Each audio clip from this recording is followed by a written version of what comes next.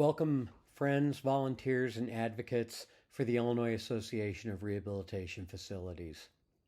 My name is Mike Grady.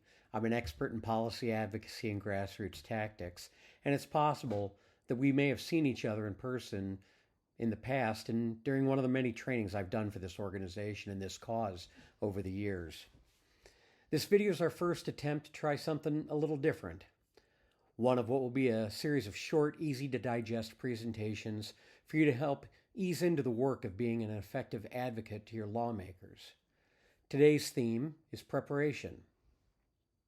I often like to start with this picture because in my mind, it perfectly encapsulates a key challenge for advocacy groups that rely on public funding, especially Medicaid, as nearly all of your organizations do. If you can't read this man's sign, it says, quote, "Keep government out of my Medicare," unquote. Obviously, what makes this sign ironic is that Medicare is the government. Now, we could go on about the silliness of this sign, but that's not the point. Your first lesson is to understand that it comes from a very real place. This sign really represents the challenge of winning a public policy fight in the current environment when any type of public funding is involved. Simply put, a lot of the population has completely lost the connection between services they demand and the money they require. And frankly, the same's true of a good number of lawmakers.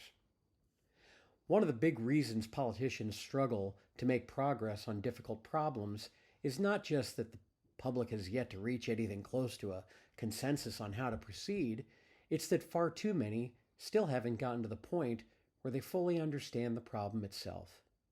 And that's where you come in. We live in increasingly crazy times where people don't trust what they see on the news or what they read on the internet. People, including legislators, often don't know who to believe. You have a unique opportunity to break through that confusion and educate lawmakers on the real issues at stake. How? Well, let's start with step one. Define and refine your personal story. We all know that the work of providing supports for people with intellectual and developmental disabilities is not the path to fame, riches, and glory.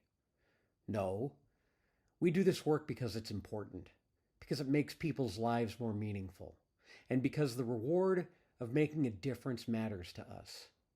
But each of you undoubtedly have at least one, probably more, stories that illustrate why the work you do matters, how you helped change a life, or perhaps a more personal story about what drew you to this work to begin with.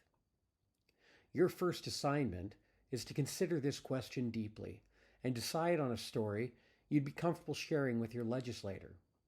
Striking a personal nerve with a legislator is the fastest, most effective way to break through the clutter and help the person with the power to make decisions see things through your eyes. Step two, you need to familiarize yourself with the issue at hand.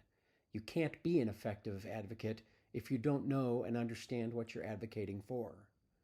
So before you can ask for something in terms of public policy, you must understand what you're asking for and why. And this year, our key ask is for a substantial increase in Medicaid wage rates for DSPs.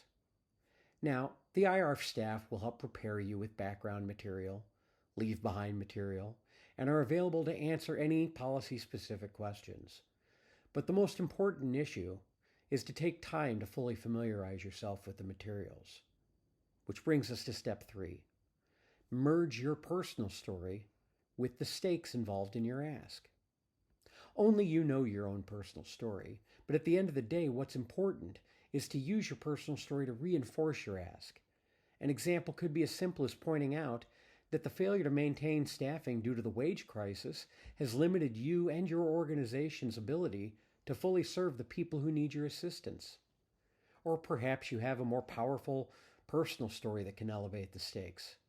A good rule of thumb here is to remember the best way to get a lawmaker to see things clearly in their head is through a story that touches their heart. In conclusion, remember, proper planning prevents poor performance. Take the time to go through these steps, internalize them, and then you'll be ready for our next episode, which will be coming soon. It'll be called Hook, Line, and Sinker: How to Make an Effective Ask of Your Legislator. In the meantime, follow these steps. Reach out to your IR staff if you have any questions. And in the meantime, we'll see you when we do this next. Thank you for your time.